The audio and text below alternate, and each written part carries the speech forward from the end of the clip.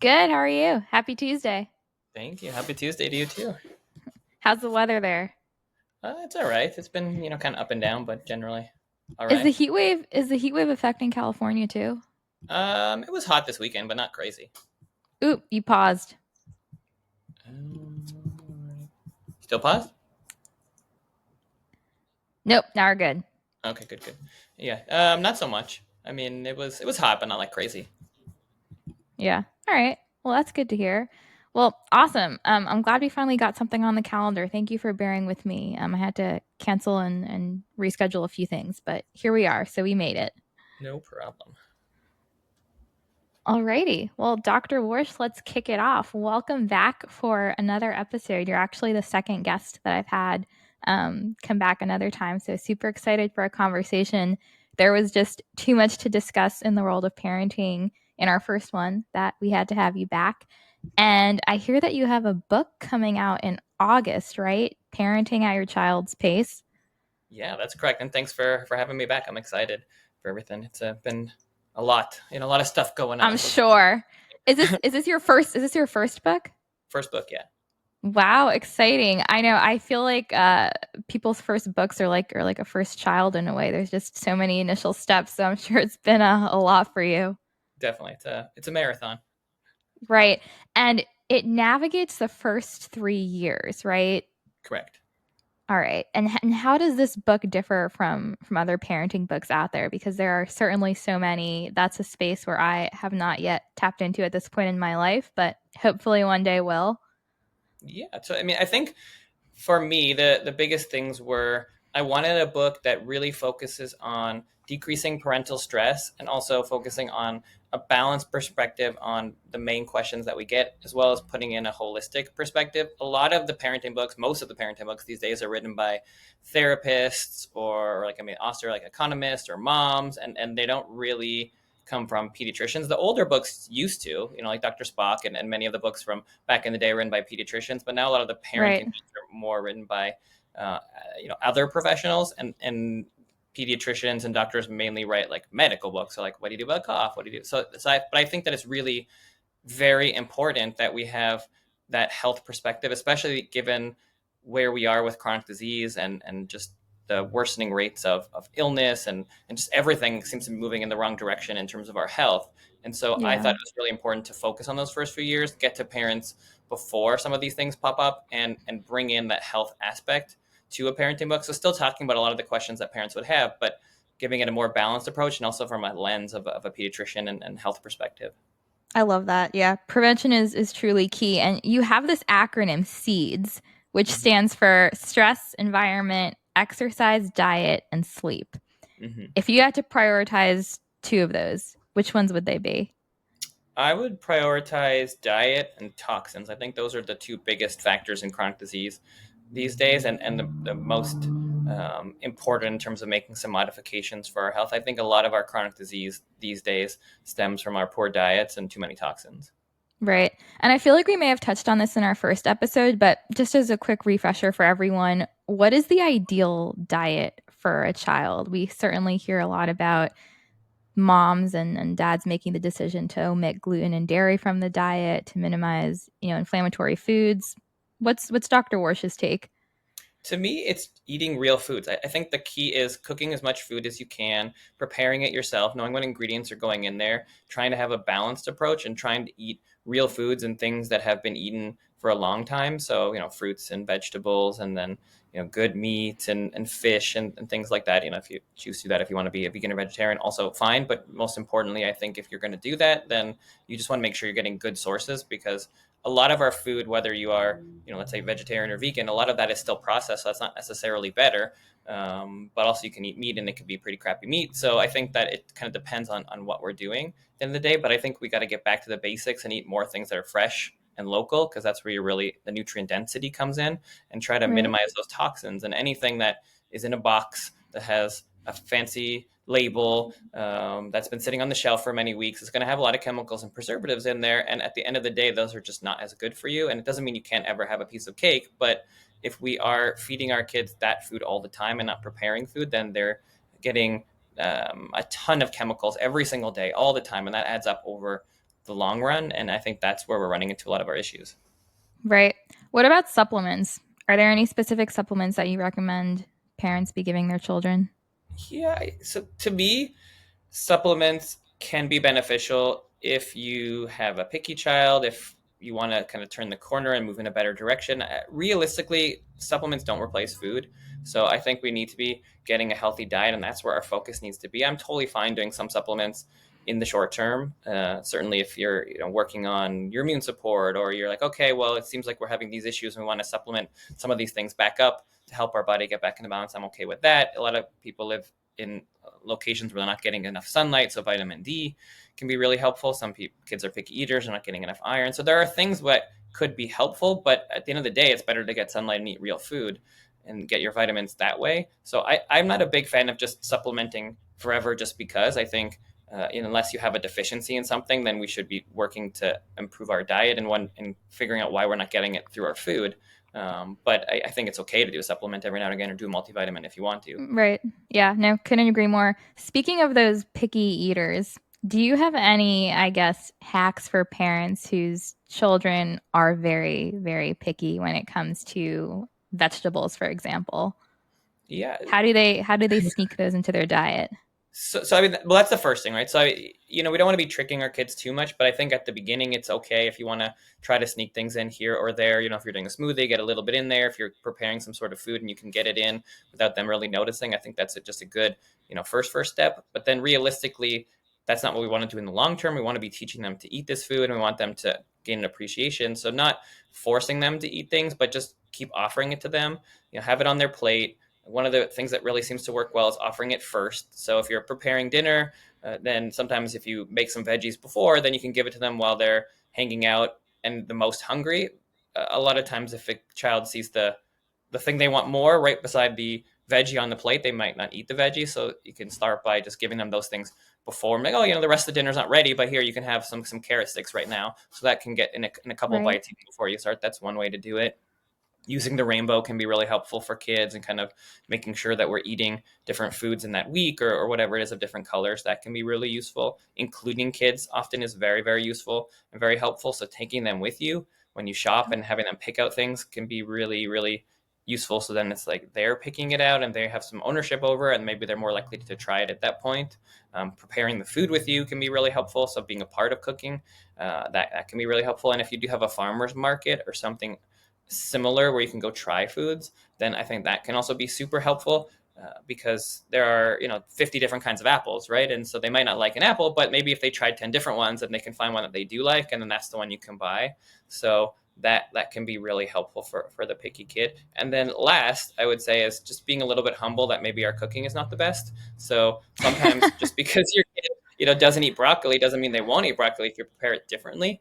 So sometimes if you weren't really taught very much when you were younger, or you didn't do a lot of training in cooking, or you haven't really learned anything about cooking and just kind of winged it as you got older, then maybe the way you're preparing it is not the best way for them. And so sometimes you can there's YouTube videos, you can take a cooking class. There are a lot of great opportunities out there to teach us about different ways to feed our kids, and that could potentially be something that we don't really think about, is that maybe our cooking is not the best. And so that's why they're not eating it. Love that. That's so true. With your own kids, have you found that they're more inclined to eat the food that they are a part of cooking or preparing? Mm, I mean, not so much yet, because we do it a lot, but our kid eats everything. So it's not, he's only That's 4. good. He's a good eater. So it's not really been an issue. I think he loves being a part of it. So we definitely try to include him as much as we can, but picking him has not been our problem for him, at least. So I can't say, but I've heard from many parents and patients that I've taken care of that including them really helps for the kids that are picky eaters. So I think it's a good thing to try, but not Eli's problem for sure. Yeah. And I've seen on your lots that's good for you. I've seen on your Instagram too, you have this Dr. Gator smoothie. What's in that? I'm a huge smoothie enthusiast, so I'm always curious to find out the ingredients. Yeah, so the Dr. Gator smoothie is part of the first chapter of the book, And as I said, I wanted to really start by introducing the foundations of health. And so whenever you watch a daytime, TV show type thing, there's always that guru air quotes, that goes on and it's like, oh, you have this magical smoothie, it cures everything. Throw all, the carrots and celery and this and that. Throw the kitchen sink. And that's going to cure everything. And so I kind of was making fun of that a little bit in the book and saying the Dr. Gator smoothie is it's not a real smoothie per se. It's you start with a big scoop of the seeds. So like you said, stress, environment, exercise, toxins, exercise, diet, and sleep. And then we throw in, getting out in nature, getting some sunlight and vitamin D, warm family spaces, community, love. Like these are the things that actually matter as a foundation. And that's what goes into Dr. Gator smoothie. So it's not a real smoothie per se. Those smoothies are great and I love smoothies, but it's more of a metaphorical one in terms of here's the foundations of what's actually going to make your kid healthy. And so let's start with those from day one so we can make them as resilient as possible. I love that. That's gold. Speaking of real smoothies, though, what are your thoughts on greens powders? So again, there's so many out there, right? And I mean, I know we mentioned before we don't necessarily want to trick our children, but if you really wanted to try to get a good scoop of greens into their diet and put it in a smoothie, I mean, does that necessarily have the same, I guess, value of actually having a cooked vegetable? I don't think so.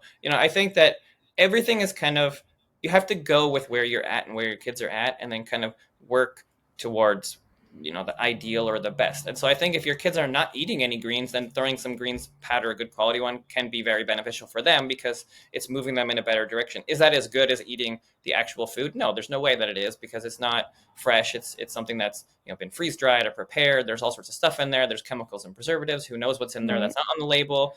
All of those things, right? So there's no way that anything that's a powder is as good as the actual food that you just pick from a garden, right? I don't think that's even close, but that doesn't mean that you shouldn't do it or it can't be helpful. I just think you have to kind of tier it out for yourself and kind of see where your kids are at. And if you have a super picky eater that's not going to eat a leafy green, well then yeah, if you can throw some green powder into their smoothie, then great. That's going to give them a bunch of nutrients and vitamins that they weren't having before. And it's not pasta and bread and milk or something like that. It's at Right. least something different and there's probably, and certainly if you get a good quality one, then it's coming from good quality ingredients and that's still beneficial.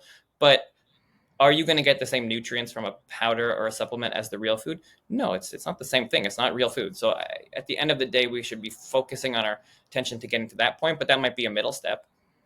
Yeah, baby steps. And I know, Dr. Warsh, we spoke about environmental toxins and all of that in our first episode. So I'll be linking that in the show notes. But purposes of this episode, I'd really love to touch on, and again, I love how you have a more holistic, integrative approach in terms of with this book with like parenting and everything from diet to behavior. So when it comes to raising healthy children, right, not only physically, which again, we touched on mostly in the first episode, but mentally and emotionally, what tips do you have for parents when it comes to things like disciplining their children and setting healthy boundaries?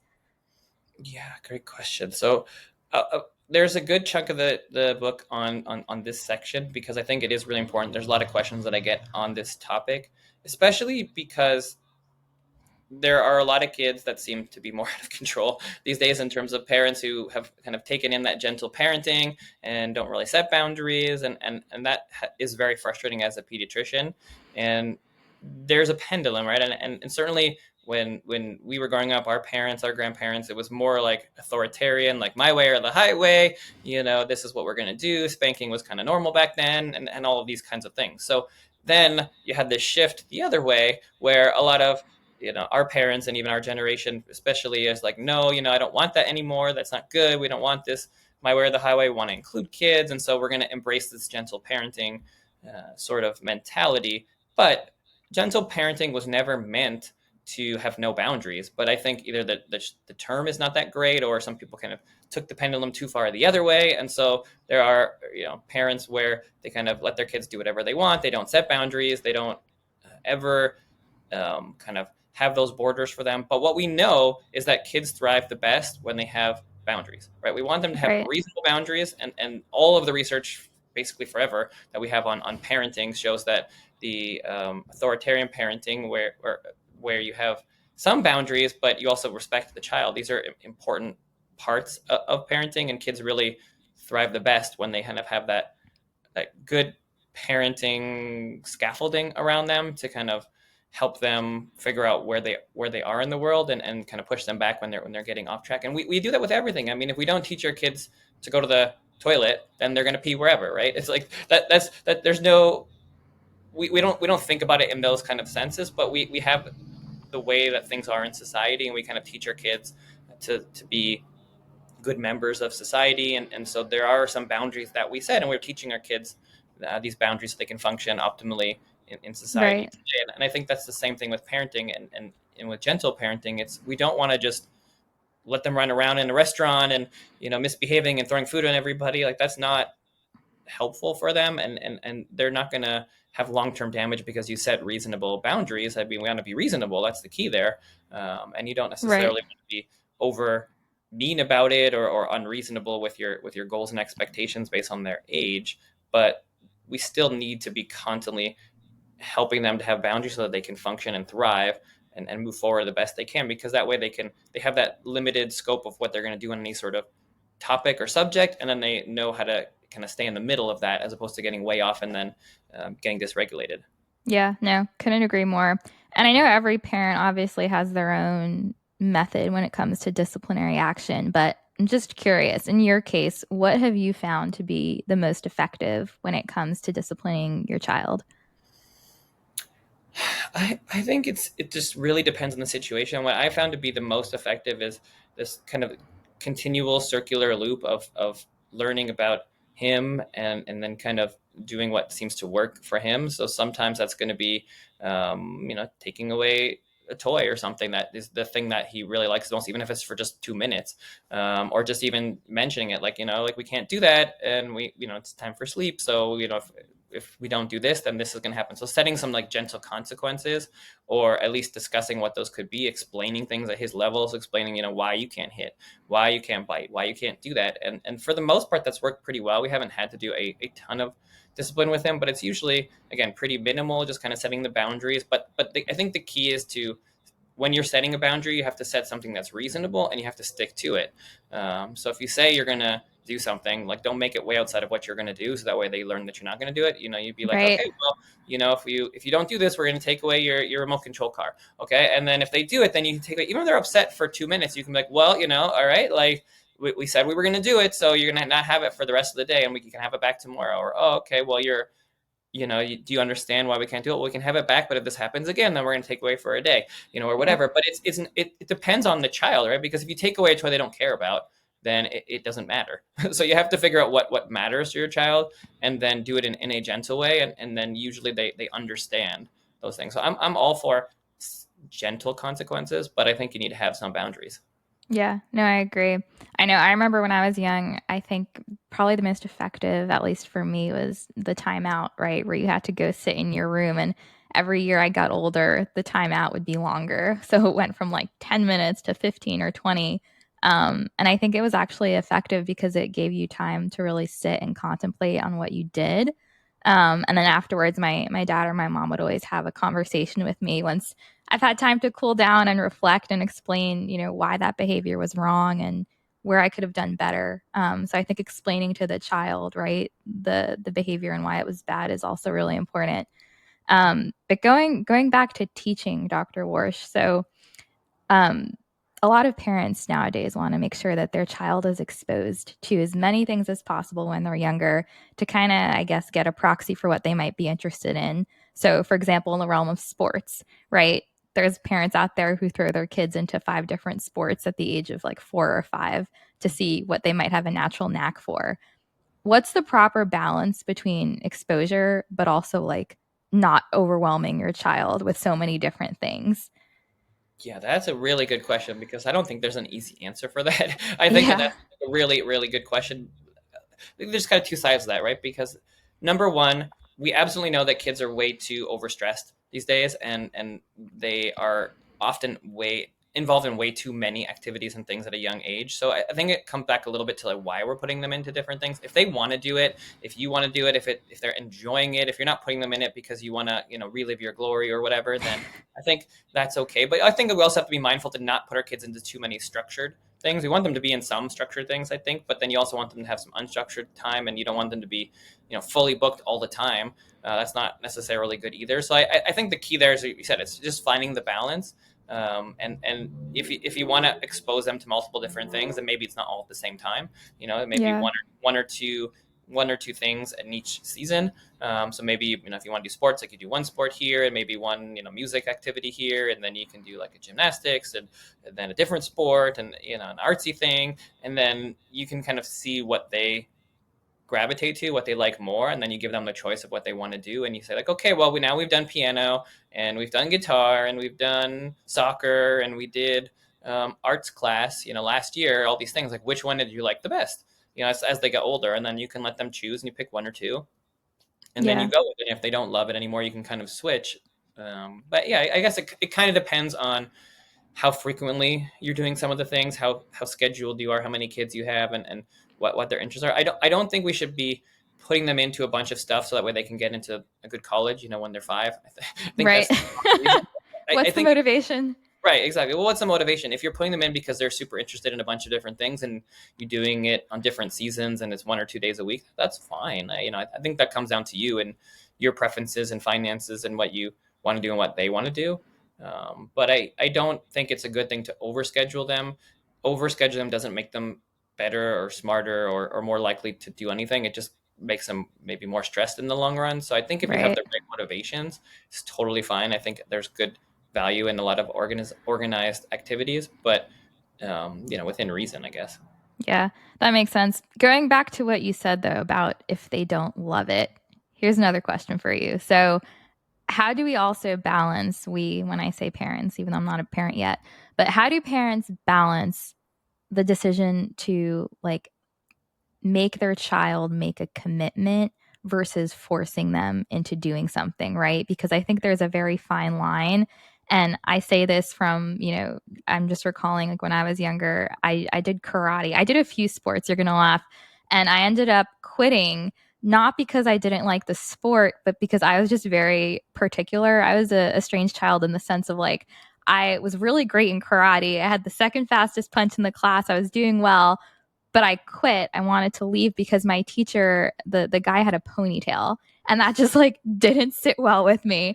And then for like my gymnastics teacher, like they had a French accent, and like I didn't like that. Like I was just very, very particular, and I quit things for ridiculous reasons. And looking back, obviously my parents didn't want to force me into doing something that I wasn't, happy about. But for like silly reasons like that, hindsight's 2020, but like should they have maybe forced me? And I don't want to use the term forced, but Yeah, like no, yeah, encouraged me to like really right. try it and stick it out. No, that's what I was gonna say, because I think again there it's a little bit balanced between forcing. I don't think you should force your child to do anything, but I think you should highly encourage them and teach them about sticking it out and making a commitment and finishing. That goes back to, okay, well, what is the commitment? Is it 2 more classes or is it another 2 years? Right? If you hate something and they're miserable or they're getting hurt all the time or they're getting, if there's good reasons to stop something, then I think that's not unreasonable. But I think if you there is some value to kind of teaching a child that there is a commitment. You made a commitment to do karate class, and so there are 3 classes left. And I know you don't love the teacher, but we're just going to finish those 3 classes, and then you don't have to do it anymore. Now, can you let your kids quit? Sure, but I think there is some value there in teaching them to complete what you started. And of course, like again, it depends on the age, what it is, and what you're doing. But I think if it's within reason and not super long, left, then teaching them to complete their commitment is a good skill. So I don't know. I mean, I guess it depends on the child. You got to know your kid, know what the situation is, and what are the reasons why they don't want to do it. But Yeah. like for example, with Eli, for our guy, like he didn't want to do swimming, like he was unhappy about it, but we kept doing it because he needs to learn how to swim, and it was just like, okay, Right. do it, like too bad. But it was encouragement and discussions, and then we gave him treats after and like positive reinforcement, and now he swims great, right? And he, if we had just allowed him to quit because he didn't like going in the water, then he wouldn't be able to swim. And it's like, sometimes you also have to know that your kid is just scared of something, but Right. not necessarily that they don't really truly want to do it. Like he one day didn't want to put his head under the water and was like terrified of it, and then once he did it, then he's like, I love putting my head under the water. You know, and it was just like it was just the encouragement that he needed to kind of get past that hurdle, and that's also part of parenting. So Yeah. that's where each thing, is different, because swimming, you gotta learn, like, it's important, Right. especially if you're going to be around a pool, that you need to be able to fall in and not drown. So there's that versus karate class. Like, do you need karate class? No, you don't need karate class. So there's 20 lessons left and you hate it. Well, maybe that's not the best thing for your kid, and making them stick through another year of it is not going to be ideal. Yeah. So yeah, I think it can go both ways, but that's balance, and know your kid is really the answer at the end of the day. That goes back to the Yeah. book. That's, again, parenting at your child's pace, like parenting at your family's pace. That really is the answer. There aren't answers to almost all of these questions, right? It depends on you and your family and your child, and you have to weigh the situation, take in all the information, and then come up with a decision that's going to be best for your kid. And maybe in your scenario, it was the best thing to not do karate, but maybe you'd be a karate star today if you stuck it through. Who knows, right? Who knows? No, that's so true. When you mentioned swimming, I just had flashbacks to swim team when I was younger, where I hated it and I loved it. I loved it because of my friends and the community, but I hated jumping into that freezing cold water at like 6:30 in the morning. But Yeah. again, my parents, they didn't force me, but they did highly encourage me to stick with it. And I think there's a lot of value in teaching your children to do hard things, because it just builds resilience and it builds character, which I think is, one of the most important things you could teach your child. But taking the focus off of the child and more onto the parent now, you've spoken a lot about mindful parenting, which basically involves being like fully present, attentive to your child without distraction, which nowadays with our phones tied to our hips 24/7 is very challenging. Can you touch on why it is so important to be like in the moment with your child without distractions?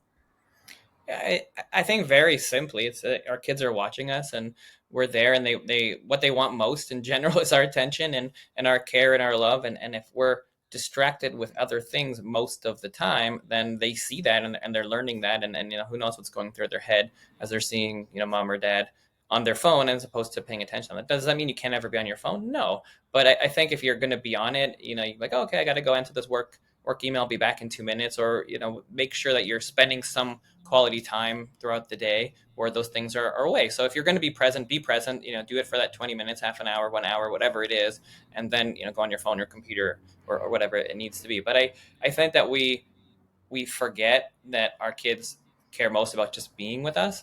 We're so caught up in all of the stuff that's going on in the world, and the fast pace of everything, and what's being emailed to us, and what's on our what's the next thing on our social media app, and whatnot. But our kids don't really care about that when they're young. They just care about Yeah. playing with you. So it's easy to get caught up in it, and it's just as easy to become more mindful as a parent, and just remember, oh, okay, like, okay, gotta like be mindful to spend some quality time. I'm going to put my phone away for a few minutes. And for me, even this, it's hard. Like it's a hard thing to do, especially as a doctor. I always need my phone kind of to answer Right. text and things like that. But I do certainly very mindfully put it away every now and again for spurts of time. Just kind of put it, not with me on the counter. It's like usually 20 minutes goes by. It's okay. It's not the end of the world if somebody texts me.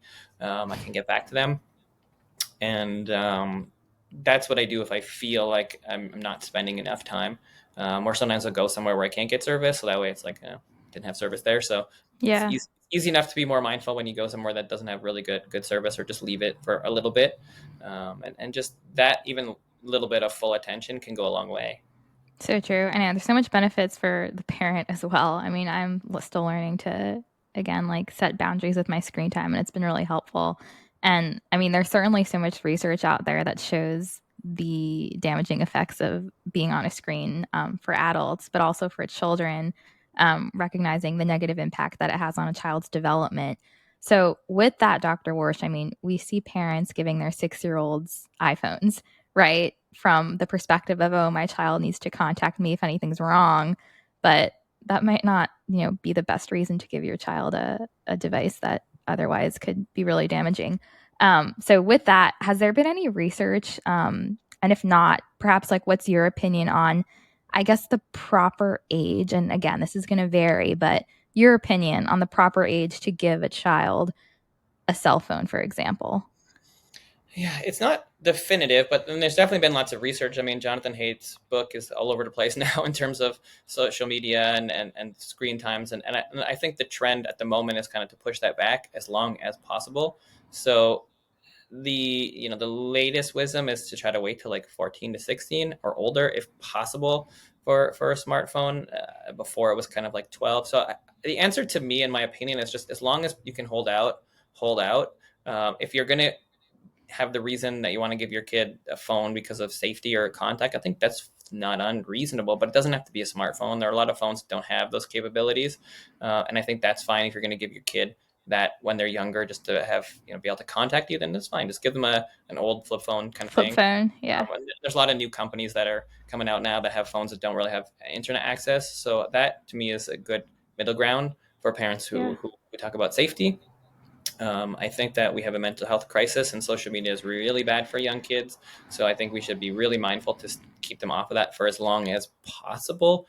If they are on social media already, then it's probably going to be hard to get them off. But within reason, try to help them to minimize it. Maybe again, get rid of the smartphone so they're not on it all day. And then, if they go on their computer at some points during the day, then at least they are not the only one not on it. It's hard in this world where everybody else is on it to have a kid that's not going to be on it. They don't want to be the outcast. So we should be mindful of that too. But you can put, again, boundaries around the usage of it, and so not that they're never on it and they don't have the access to their friends, but at the same time they're not on it constantly. And I think that Yeah. at least a good start. But yeah, there's a lot of discussion. This is like really topical right now of what to do and how to move forward with it, because we it's pretty clear that there's a mental health crisis, and a big part of that is from social media and screens, and teens are on their screens like 7 to 9 hours average a day, which Mm-hmm. is It's massive. crazy. And to me, it's okay. Well, what are you not doing on that time? You're not outside. You're not engaging with people in person. You're not getting sunlight. You're on your screen, and it's the screen is not inherently bad. Like I'm not like, oh, if a kid looks at a screen, their brain's turning too much. That's not the issue. Like, you can learn from a screen. You can do your schoolwork on a screen. There are a lot of Right. things that could be good from a screen. You just don't learn as well. We know, especially for little kids. But you can still learn. It's Yeah. just, what And are you not it's doing? Yeah, exactly. It's the absence of what you're not doing. And I mean, it breaks my heart too when I see young kids just on their parents' iPhones playing games or with an iPad. And I look back to when I was, 3, 4, 5, 6 years old, and I was outside playing, imaginative play, working with playing with Barbies, other forms of hands-on learning and exploration. And I look at children now and it's like they don't have that. And how does that affect brain function and development and even social interaction at that young of an age?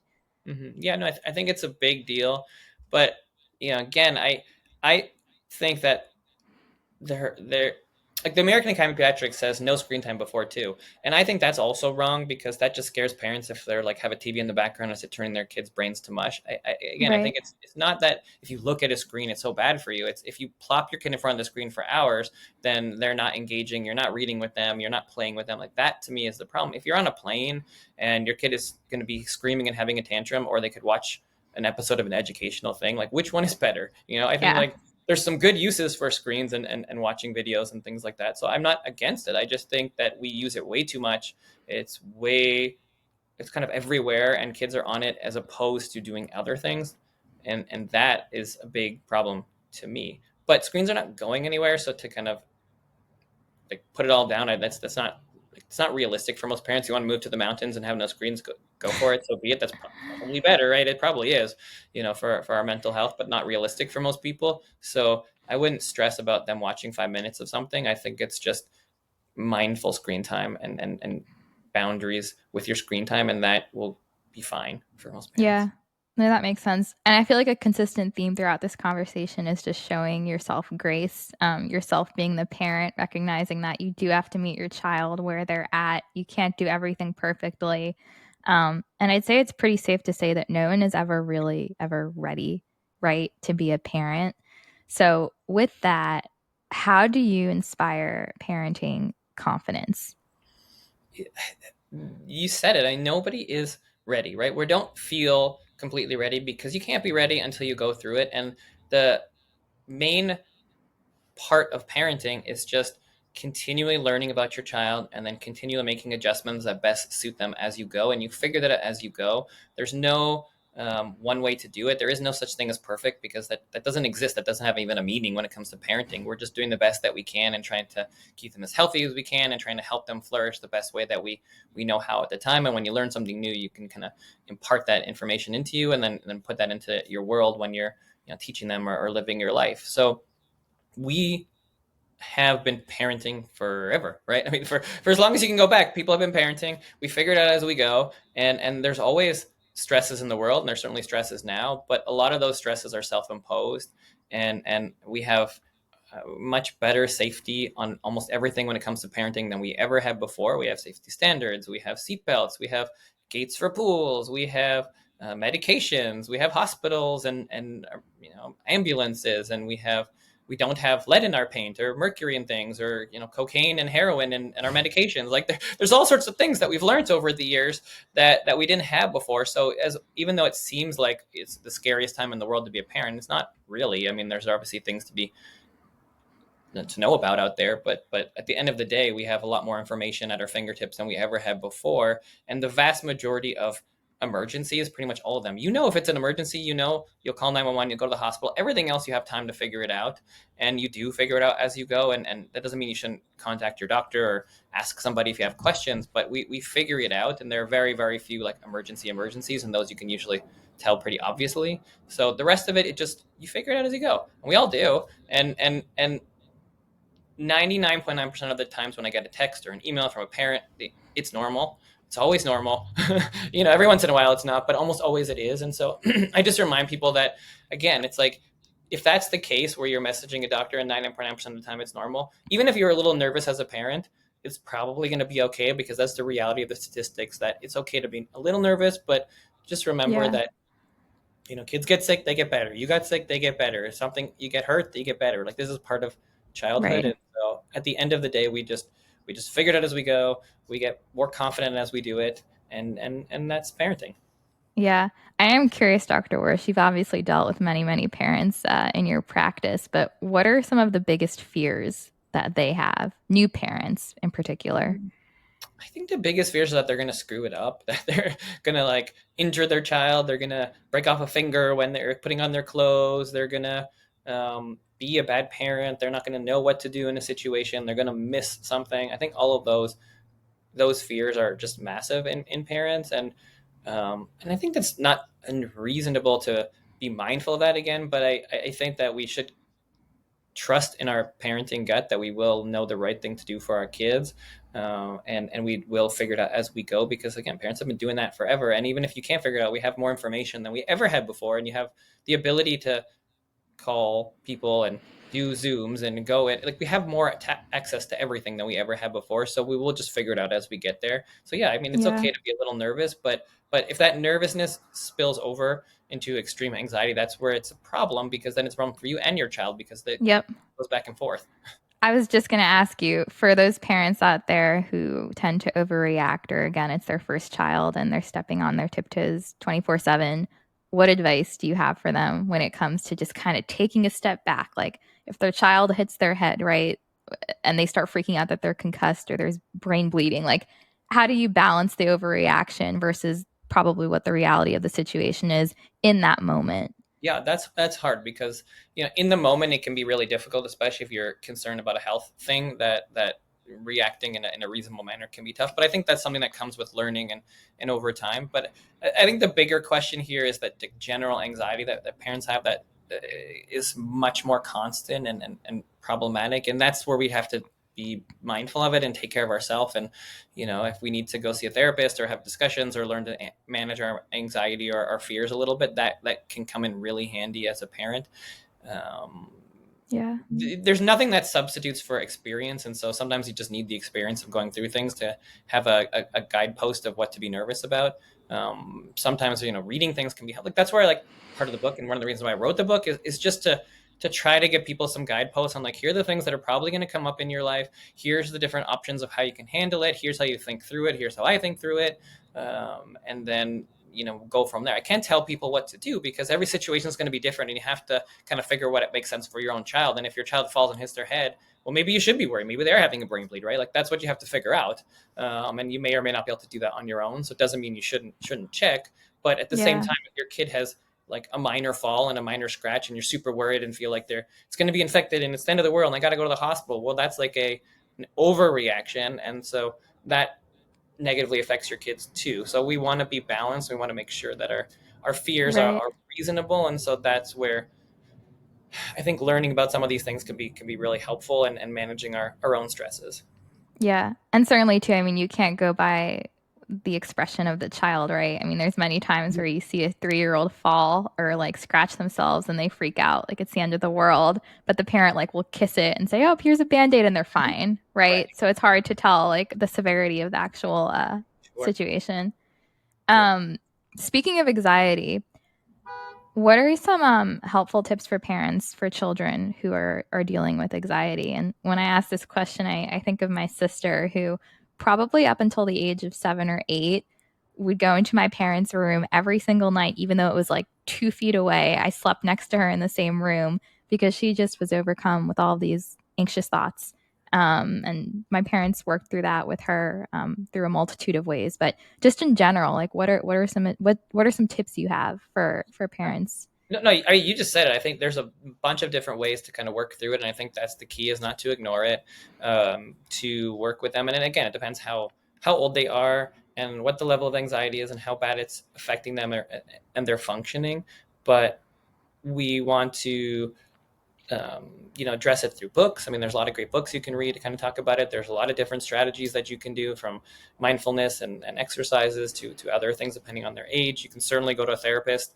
I think that's a great thing to work on tools, and really understand that it's also sometimes a family thing too. So everybody goes together and we can learn some tools and strategies as a family to minimize the stress and anxiety. And also, where is the stress and anxiety coming from? Sometimes it's more general versus if you have an older kid, then for some it may be like, okay, we got to get them off social media. We have to change up what they're looking at. We got to minimize watching the news. We got to watch what we're talking about because we're stressing them out. Like you have to Yeah. know your kid, their age, and what their big stressors are. But sometimes getting an outside perspective can be really helpful. And then there's supplements and herbs and other things that can help you with calming, like magnesium and chamomile and lavender. So there are a variety of different things that you can do, and it depends on the age and the child. Yeah, no, that's helpful. Speaking of therapy, I'm really interested to hear your take on this. I think therapy is really effective when it comes to teaching tools for people, to use in those active situations. But I've heard, or yeah, I mean, I listen to a lot of podcasts too, and more research is coming out that's saying that people who repeatedly hash over past events or ruminate traumas in their lives, right, during therapy, that could actually do more harm than good. And certainly it depends on the therapist, right, that you're seeing. But I don't know, when it comes to therapy for children, do you think that's a particularly like effective or one of the most effective and healthy means to address issues like that? Yeah, I think so. I mean, I'm not familiar with the work that you're talking about specifically, but I would say that I mean, what I've just seen personally and what I've always heard is that therapy does help kids more than almost anything with working through strategies. Now, what I always tell parents, and you did kind of mention this, very very briefly when you were talking about this, but I think it's an important thing not to gloss over, is it depends on the therapist, right? And I say that to families all the time, that there's so many different kinds of therapists that are trained in all sorts of different things, a lot of stuff I never even heard of before until I got into pediatrics, and then learned about all the different kinds of therapists and the different kinds of treatment strategies and whatever it is. So I think a probably the most massive part of whether it's going to be effective or not is if you find a good match for Yeah. the issues and a good match for your child and your family. And so I always tell families, like, I think this is super helpful in general, but you have to be willing to go to multiple therapists. If you go to the first one and you're like, I don't like this person, they're terrible, they're not helping, that doesn't mean that therapy doesn't work. It just might mean that therapist was not a good match for you. And so I think it is very important to realize that you might need to go to a couple before you find one that is the right fit for you. Because if you do find someone who's the right fit for helping you to get the strategies that work for you, then that seems to be extraordinarily effective. But if you just go to a random therapist and they just are not in tune with your family or the child, then Right. it's not useful at all. So yes, it depends on who you go to. But I think with therapy, especially almost over anything else in health and medicine, you got to find the right one, because a lot of them are not going to be a good match for you, but the right match is going to be really helpful, I Yeah, think. that makes sense. Speaking of matching in a separate setting, let's say for an older child, I don't know, maybe between like 10 to 16. Let's say that child has a group of friends at school that you're not, let's say it's your child. Mm-hmm. Fast forward 6 years from now, your child's with a group of friends, not really the best influence on him. How do you effectively, I guess, still establish boundaries and give your child independence while also vocalizing that, this might not be the best set of people to surround yourself with? Yeah, that's a tough one, because I think you do want to support their autonomy, but at the same time, like you said, you have to have discussions, kind of set your boundaries, and do whatever is reasonable. It's hard. I mean, the older they get, the harder it is because the more independent they're going to be. The younger they Right. are, the more you have some choice. But yeah, I don't think there's an easy answer to that because you can't. I mean, I guess you can like ground them forever, but that's not, it's not realistic, right? So I think that you have to be more mindful and teach them about the issues, and then hopefully that they're going to make different choices or better choices and expose them to other things. I think sometimes just exposing them to other activities and other things can move them into maybe some different groups and peer groups and other friends. But yeah, it's not easy as a parent to be like, all right, I don't like your friend Johnny, so you can't hang out with him anymore. But then they're at school together. It's like, Yeah. I It's mean, always like, yeah, I don't know. I don't have a good answer. I don't think it's easy. I think you talk to them about it, you teach them, and you try to expose them to other things. yeah, it's always like, what is that healthy level of autonomy? And I think too, it begins with like, what values are you teaching your child, right, from the very start, and hopefully trust that they'll discern who to spend time with based on those values. But Yeah, yeah, we'll have another episode, Dr. Warsh, in like 10 years, and you could tell me all your learnings yeah. We'll from we'll the see. teenage years. We'll see what happens when I get there. It's easy right now, and you're like, all right, you're gonna hang out with these four kids. Let's go. Like, Playdate yep, time. yeah. If you could tell yourself one thing before your first child was born of, whatever you've learned over the past 4 years, what would it be?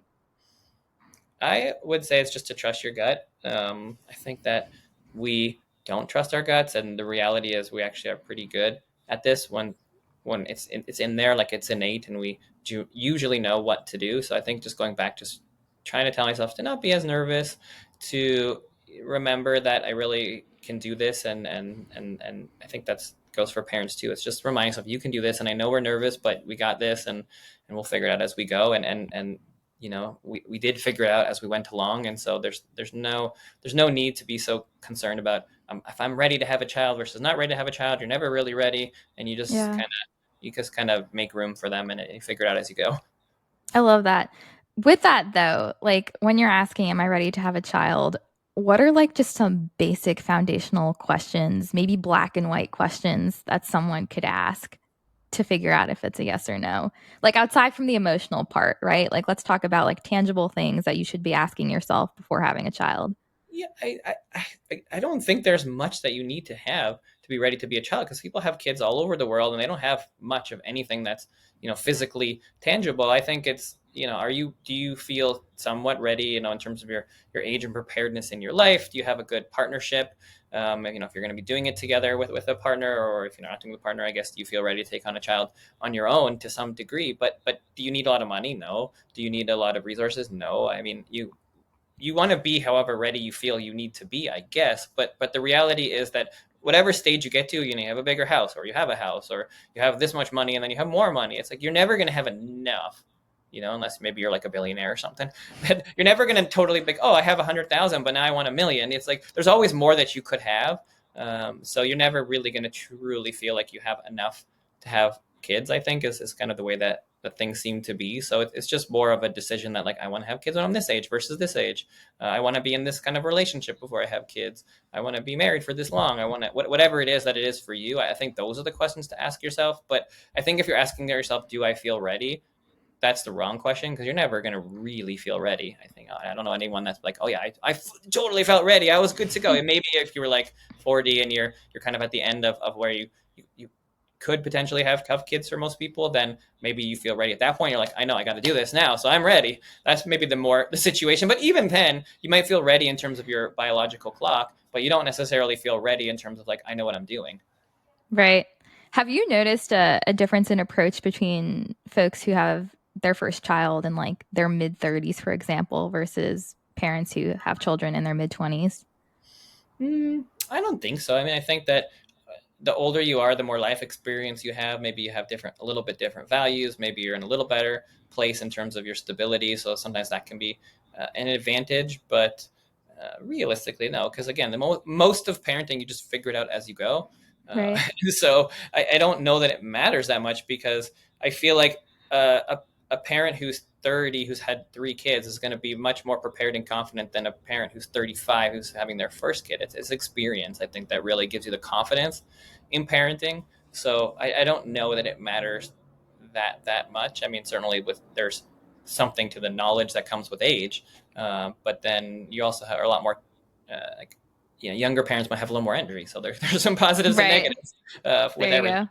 Yeah. That makes sense. Well, obviously, your book is going to be within this category of the top 3 books to read before becoming a parent, or even if you are a parent now. But what are, I guess, 2 other books that you recommend listeners read? Again, for those listeners who are wanting to become parents or who are parents now and need more of a holistic approach in caring for their children. Yeah, I think so there's a couple other big books in the category. Obviously, What to Expect When Expecting is like the Bible, but that's kind of an older book now, and it's more of a big book. It's like really big, kind of goes through everything. Versus this is more like specific and poignant to now. Emily Oster's books, she has some great parenting books, and those are very popular. Eliza Pressman has a new one that's really good, The 5 Principles. So there's definitely some other great books out there that I've read. And they're all just like a little bit different, a little bit more unique. Like Emily Oster is an economist, so she kind of has a very unbiased opinion on things and kind of just looks at the data, which is good, but also no real personal experience with working with kids. So it's just kind of an unbiased view of the data, which is really interesting. Eliza Pressman, more from a therapist perspective, a little bit more for older kids. But it's good in terms of setting your principles. And then What to Expect When Expecting, if you want like a book that you're going to, you know, if you want to have kind of every piece of information out there, that's good. But I also know that most people that get that book don't read most of it. They'll read little Yeah. sections here or there. Whereas my book is maybe more digestible, funny, that kind of thing. So I don't know. They're just different kinds of books. I try to make mine more unique. And again, there's a holistic perspective that none of the other books have. There's a balanced perspective that none of their books have, and a health um, aspect to it, which the other books don't have. So it's just a different spin depending on what you're looking for. Yeah, no, that makes sense. I'll be linking all of those in the show notes as well. And where can listeners find you and also pre order a copy of your new book? Sure. So you can find me, probably best place is on Instagram or Twitter at Dr. Joel Gator. And then the book, you can get it everywhere that books are sold, the normal places, but you can also go to the title. So it's Parenting at Your Child's Pace. So parentingatyourchildspace.com. If you go there, then my email's on there. You can email me if you pre-order, and then I will send you the first chapter, a bonus chapter, and access to our parenting community, which is a great space to ask questions, chat with me, chat with other parents, especially if you want to dive into any of the topics in the book or anything else a little deeper. And that's a great place to chat. We do lots of lives and Q&As and things like that. So Awesome. Wonderful. Well, I will again be linking all of that in the show notes. I can't wait to pick up a copy. I'm super excited to read it. But thank you so much for your time, Dr. Warsh. Loved our conversation as always. And I am going to ask you again, could be a slightly different answer than last time, but what does being well and strong mean to you? what does being well and strong mean to me? I think it means being resilient, having a resilient family, being resilient yourself with your health, and being ready for anything that comes our way. Love that. Awesome. Yeah, interestingly, Well and Strong symbol is the olive branch, which up until recently I didn't realize was one of the most resilient plants out there.